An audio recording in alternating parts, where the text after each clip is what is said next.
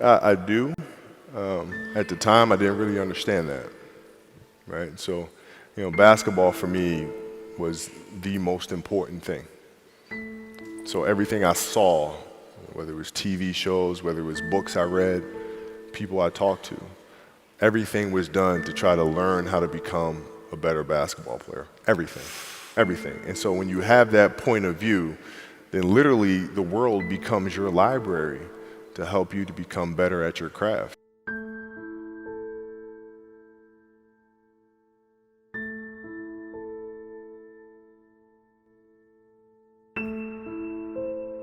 Know what you want, the world's giving you exactly the information you need to become better at 100%, it. because you know what you're looking for.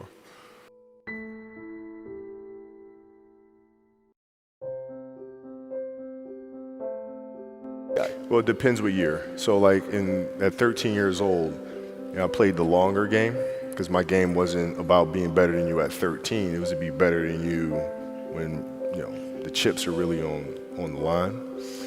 So when we played at 13, I would size you up and see what your strengths and weaknesses are. How do you approach the game? Are you silly about it? Are you goofy about it? Are you good at it just because you're bigger and stronger than everybody else? Right? Or is there actually thought and skill that you put into it? Right? And when I'd play to my weaknesses. I wouldn't play to my strengths. I played to my weaknesses. Because when you're playing summer basketball, there's so many games. So there's not a lot of skill work being done. So when are you going to get better? Right? When you're playing in competition situations, you're only playing to your strengths. Why? Because you want to win. Right? So what I would do, I was work on the things during those games that I was weak at. Left hand, pull-up jump shot, post game. Right? So I have a strategy. And so then fast forward to when I'm 17 and my game is completely well-rounded and that player at 13 that I saw at 13 is still doing the same shit at 17, now you got a problem. That's right. You got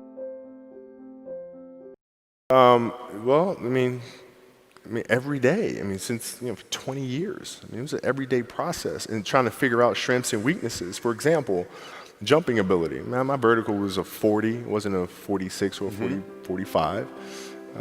My hands are big, but they're not massive, right? So you got to figure out ways to strengthen them so your hands are strong enough to be able to palm a ball and do the things that you need to do. Quickness, I was quick, but not insanely quick. I was fast, but not ridiculously fast, right? So I had to rely on skill a lot more.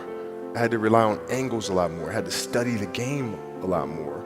And but I enjoyed it though. So like from the time I can remember when I started watching the game, I studied the game and it just never changed.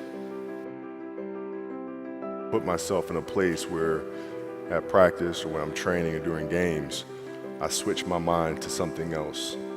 I switch my mode into something else, right? For me, it's the equivalent of Maximus, Decimus, Meridius, and Gladiator picking up the dirt, smelling the dirt. It's go time, right? So that was my mental switch. It was like an actor getting ready for a film. You got to put yourself in that cage. When you're in that cage, you are that character. And then when you leave there, it's something completely different. But when I'm in that cage, bro, don't fucking touch me. Don't talk to me. Just leave me alone. There used to be